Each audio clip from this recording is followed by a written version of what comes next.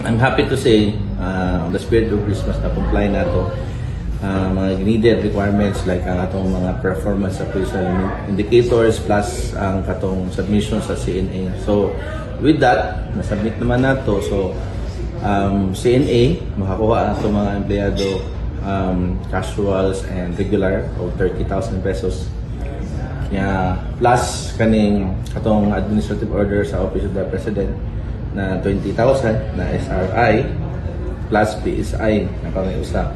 So total of around 55,000 for regular and casual employees. For job orders na may gratuity pay na 7,000 plus mga na may gitawag na mo na incentive or sa mga job orders. So they will also get a total of around 15,000 pesos. So submit na nato ang supplemental budget. I-discuss na niya sa board karong Monday. And then after okay na, then subsequently mo release na siya. So kasi mulabang yun siya sa Christmas releases. Pero okay naman po sila.